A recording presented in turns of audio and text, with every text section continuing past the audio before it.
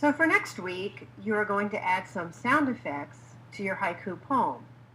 I've already downloaded some sounds that I got at Freesound, and also I already imported them to the library.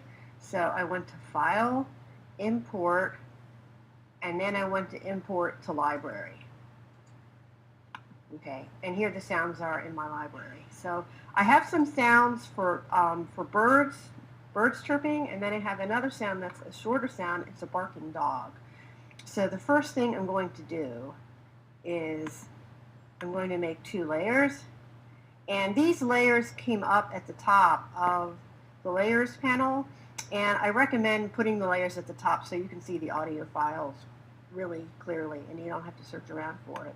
So I'm going to call this one dog, and I'm going to call this one bird. So each sound needs its own layer, and you only have to do one sound, but I'm going to show you how to do 2. So I'm on the bird layer right here, and I'm at the beginning of the timeline. So I take my birds and I just drag them onto the stage from the library, and you can see this waveform diagram that shows that the birds are chirping. So when I play it, listen to this.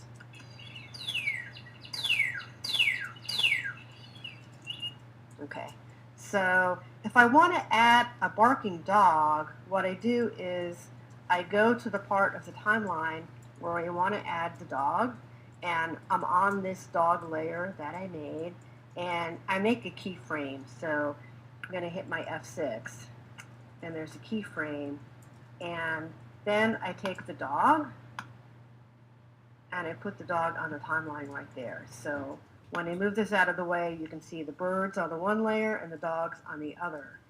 So this is what it sounds like when I start from the beginning.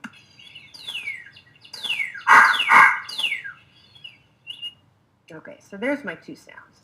But one thing that you need to know is that you need to go to the Properties panel and make sure that this sync is on stream.